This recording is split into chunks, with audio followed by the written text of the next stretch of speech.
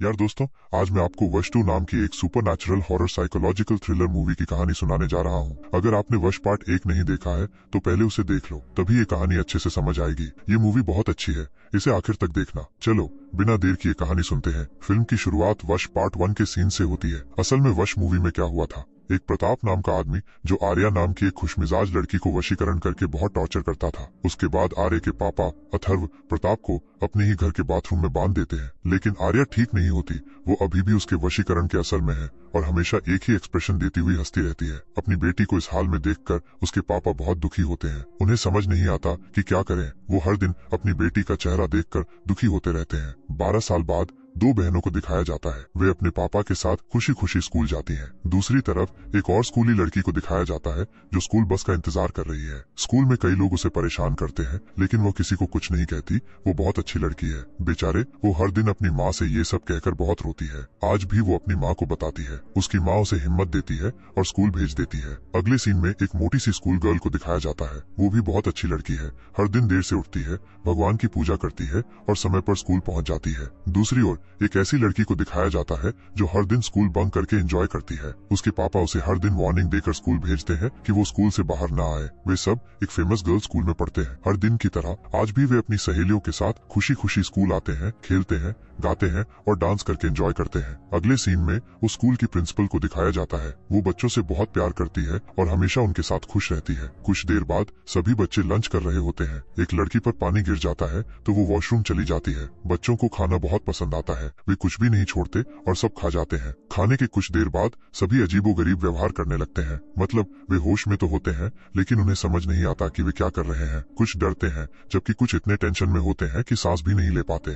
थोड़ी देर बाद अचानक एक लड़की नीचे गिर जाती है। केयरटेकर्स आकर उसे देखते हैं, लेकिन वो रिस्पॉन्ड नहीं करती। तभी एक अनजान आदमी आकर सभी बच्चों से उठकर खड़े होने को कहता है और उनका नाम पूछता है। सब डरकर जैसा वो कहता है वैसे ही खड़े होकर अपना नाम बताते हैं। उसके बाद वो सभी को कहता है कि जैसा वो कहे वैसा ही करें। वे भी कहते हैं ठीक है अंकल, हम वही करेंगे जो आप कहेंगे। वो पूछता है क्या आप सबके पास वॉच है? वे कहते हैं हाँ अंकल है। अगले सीन में एक टीचर क्लास लेने के लिए क्लासरूम में जाती है, लेकिन रूम में एक भी स्टूडेंट नहीं होता तो टीचर शॉक हो जाती है। ठीक उसी समय बिल्डिंग की छत से किसी के गिरने की आवाज आती है। टीचर तुरंत खिड़की के पास जाकर देखती है तो एक लड़की ने सुसाइड कर ली है। ये देखकर टीचर बहुत डर जाती है और जोर से चिल्लाने लगती है। उसके चिल्लाने की आवाज सुनकर सिक्योरिटी गार्ड आकर देखता है और बहुत शॉक हो जाता है, क्योंकि स्कूल की बिल्डिंग पर और भी कई लड़कियां सुसाइड करने के लिए तैयार खड़ी थी। सिक्योरिटी गार्ड तुरंत प्रिंसिपल मैडम के पास जाकर पूरी बात बताता है। ये सुनकर मैडम बहुत शॉक हो जाती हैं और बाहर आकर मरी हुई लड़की को देखकर बहुत टेंशन में आ जाती हैं और रोने लगती हैं। तभी ऊपर और भी लड़कियां दिखती हैं। उन सबको देखकर मैडम कहती हैं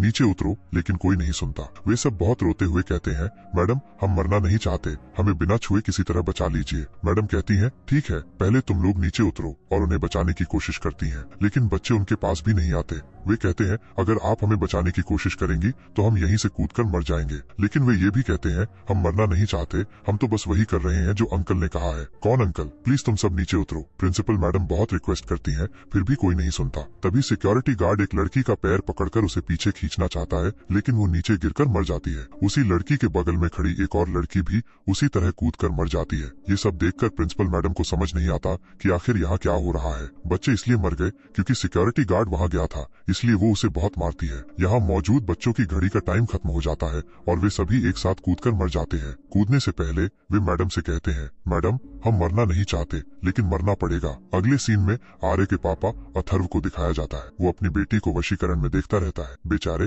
वो पिछले 12 सालों से एक ही एक्सप्रेशन देकर हंस रही है। उसके पापा हर दिन उसे खाना खिलाते हैं, ये सोचकर कि शायद आज वो नॉर्मल हो जाए, लेकिन वो पिछले 12 सालों से इंतजार कर रहे हैं। चूंकि वो अभी भी वैसे ही है तो वो हर पल नरक झेल रहे हैं। अगले सीन में घर की चाय पत्ती खत्म हो जाती है तो वो दुकान पर जाकर 3 टी पैकेट खरीदते हैं। तभी दुकान में टीवी पर खबर आती है कि बच्चे अचानक मर रहे हैं। ये खबर देखते ही अथर्व को सब समझ आ जाता है कि जरूर किसी ने बच्चों पर वशीकरण किया है। अथर्वा तुरंत घर जाते हैं और बाथरूम में बंद प्रताप के पास जाकर पूछते हैं अरे प्रताप, तुम जो वशीकरण विद्या जानते हो वो और कितने लोगों को आती है? लेकिन प्रताप कुछ नहीं बताता। बस हंसता रहता है। जब अथर्वा सीरियस होकर पूछते हैं तो वो कहता है, हाँ मैं उस वशीकरण करने वाले को जानता हूँ, लेकिन वो ये बात मुंह से नहीं बोलता बल्कि आंखों के इशारे से बताता है। सच जानने के बाद अथर्वा उस आदमी को ढूंढने की ठान लेता है। दूसरी तरफ स्कूल के पास बच्चों के माता पिता आकर हंगामा करने लगते हैं, लेकिन प्रिंसिपल मैडम उन सबको बाहर रहने के लिए कहती है। बच्चों के अचानक सुसाइड करने से ये खबर बहुत वायरल हो जाती है। तुरंत पुलिस आकर जांच करती है। उन सब में केवल एक लड़की नॉर्मल होती है। चूँकि वो वॉशरूम गई थी इसलिए उसे कुछ नहीं हुआ, लेकिन वो देखती है कि कई बच्चे डर कर रो रहे हैं तो वो भी डर जाती है और उसी बाथरूम में बैठकर रोने लगती है। जो कुछ उसने देखा वो पुलिस को सब बता देती है। तभी एक इंस्पेक्टर आकर कहता है, देखो बेटा, बच्चों ने मरने से पहले एक अंकल के बारे में बात की थी, क्या तुम उस अंकल के बारे में कुछ जानती हो? वो कहती है, नहीं सर, मैं उस अंकल को नहीं जानती। इंस्पेक्टर वशीकरण में फंसे बच्चों से बात करने की सोचता है। तभी एक लड़की बहुत डरकर इंस्पेक्टर के सामने आती है और कहती है, सर अंकल ने आपको एक मैसेज देने को कहा है, आप सब मिलकर प्रताप अंकल को ढूंढो। इंस्पेक्टर पूछता है, ठीक है बेटा, तुम्हें ये जानकारी किसने दी और ये प्रताप अंकल कौन है, क्या तुमने उसे देखा है? वो कहती है, नहीं सर, मैं अंकल का नाम नहीं बता सकती, लेकिन आप जल्दी से प्रताप अंकल को ढूंढो, नहीं तो अंकल और भी भयानक काम करेंगे। अभी तो बस कुछ ही लड़कियां मरी हैं, आगे और भी बहुत सी लड़कियां खतरे में है। फिर वो स्टूडेंट्स के पास आती है और कहती है, देखो लड़कियों, मैंने वही किया जो अंकल ने कहा था, अब तुम वही करो जो अंकल ने कहा है। तुरंत बच्चे राक्षसों की तरह बिहेव करने लगते हैं और इंस्पेक्टर, प्रिंसिपल मैडम और बाकी सबको मार मार कर स्कूल से बाहर कर देते हैं। इधर प्रिंसिपल मैडम को किचन में 2 केयरटेकर मरे हुए मिलते हैं। उन्हें देखकर मैडम और भी दुखी हो जाती हैं। उन्हें समझ नहीं आता कि स्कूल में क्या हो रहा है। बाहर आए बच्चे सड़क पर जो भी दिखता है उसे बहुत मारते हैं, अपने माँ बाप को भी नहीं छोड़ते और उन्हें बहुत मारकर स्कूल से बाहर चले जाते हैं। कुछ बच्चे बस में चढ़ जाते हैं और ड्राइवर को मारकर बस को ले जाते हैं। कुछ बच्चे सड़क के पास एक होटल में जाकर वहां मौजूद सभी लोगों को मार डालते हैं और कुछ सड़क पर आकर लोगों को काटकर मार डालते हैं। अगले सीन में एक अपार्टमेंट के पास एक माँ बेटी खुशी खुशी खेल रहे होते हैं तो वे उन दोनों को भी मार देते हैं। दूसरी तरफ एक लड़की ऑफिस जा रहे एक अंकल को बुरी तरह मारकर मार देती है। उसके बाद बगल के पेट्रोल पंप पे जाकर वो खुद भी मर जाती है और सबको भी मार देती है। इस तरह बच्चे सड़क पर मौजूद सभी लोगों को मार देते हैं और ये खबर बहुत वायरल हो जाती है। लोगों को चेतावनी दी जाती है कि वे बाहर न निकलें। ये सब देखकर अथर्वा बहुत शॉक हो जाते हैं। वो तुरंत एक दुकान पर जाते हैं, कुछ बक्से खरीदते हैं और घर ले आते हैं। घर पहुंचते ही न्यूज में प्रताप के बारे में बताया जाता है। वे बताते हैं कि सभी बच्चे प्रताप अंकल के लिए ऐसा कर रहे हैं। टीवी पर प्रताप का नाम सुनते ही अथर्वा फिर से शॉक हो जाते हैं। वो तुरंत बाथरूम में प्रताप के पास जाते हैं, उसे चेन से बांध देते हैं ताकि वो चिल्ला न सके और स्कूल की तरफ चल पड़ते हैं। इधर स्कूल में एक पिता अपनी बेटी को पकड़कर घर ले जाना चाहते हैं, लेकिन वो अपने पापा को मारती है और रोते हुए कहती है कि वो घर नहीं जाएगी। तभी इंस्पेक्टर आकर सभी माता पिता को वार्निंग देता है, देखिए पेरेंट्स, आप सब अपने बच्चों के साथ नॉर्मल रहिए। हमें समझ नहीं आ रहा है कि यहाँ क्या हो रहा है। बच्चों से प्यार से बात कीजिए और उन्हें नॉर्मल करने की कोशिश कीजिए, कोई पागलपन मत कीजिए। तभी एक लड़की कहती है, देखिए सर, 5 मिनट में प्रताप अंकल को ढूंढिए, नहीं तो 5 मिनट बाद बहुत भयानक घटनाएं होंगी। तभी अथर्वा उस लड़की के पास आते हैं और कहते हैं, प्रताप मेरे पास है, मैंने उसे जिंदा रखा है। ये सब देखकर इंस्पेक्टर को गुस्सा आ जाता है। वो कहता है, यहाँ क्या हो रहा है? आप कौन है और ये अंकल कौन है जिसके बारे में ये बच्चे बात कर रहे हैं? मुझे कुछ समझ नहीं आ रहा। अथर्वा कहते हैं, देखिए इंस्पेक्टर साहब, यहाँ की सभी लड़कियों पर किसी ने वशीकरण किया है। इसने जो वशीकरण किया है वो साधारण नहीं है, बहुत शक्तिशाली है। इस तरह बच्चों को वश में करके वो बहुत भयानक काम करता है। वो आदमी के रूप में एक राक्षस है।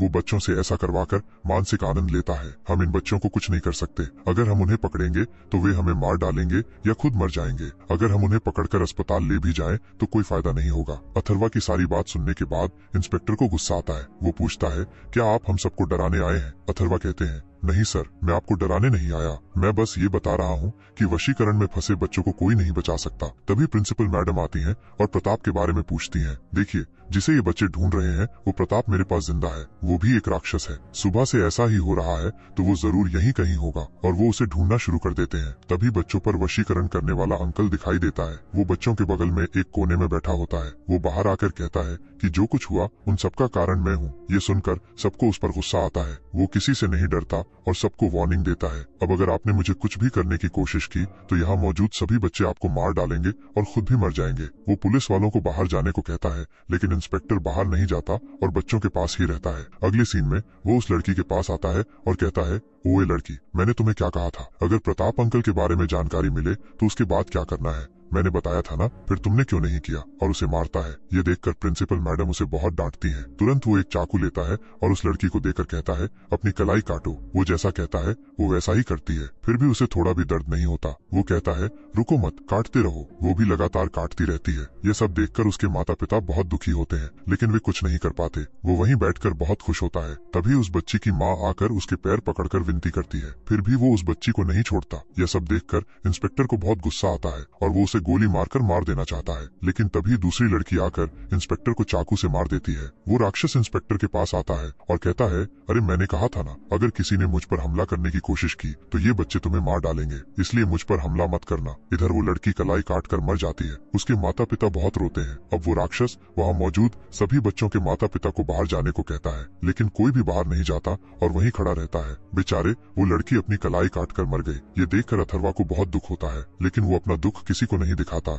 इसके बाद वो राक्षस इंस्पेक्टर के पास से बंदूक लेता है और बच्चों के पास जाकर पूछता है, तुम में से किसी को बंदूक से शूट करना आता है क्या? एक लड़की आगे आती है और कहती है कि उसे आता है। इस पर वो कहता है, अच्छा तो जाओ और अपने माता पिता को गोली मारकर मार डालो। वो लड़की ठीक वैसा ही करती है जैसा वो कहता है और अपने माता पिता को गोली मार देती है। इसके बाद वो उनके पास बैठ जाती है और बहुत रोती है। फिर वो राक्षस वहाँ मौजूद बाकी सभी बच्चों को भी अपने माता पिता को इसी तरह से मारने के लिए कहता है। यह सुनकर सभी माता पिता अपने बच्चों को छोड़कर तुरंत बाहर चले जाते हैं। कुछ देर बाद वो राक्षस अथर्व के पास जाता है और पूछता है, प्रताप अभी कहाँ है और तुम उसे कैसे जानते हो?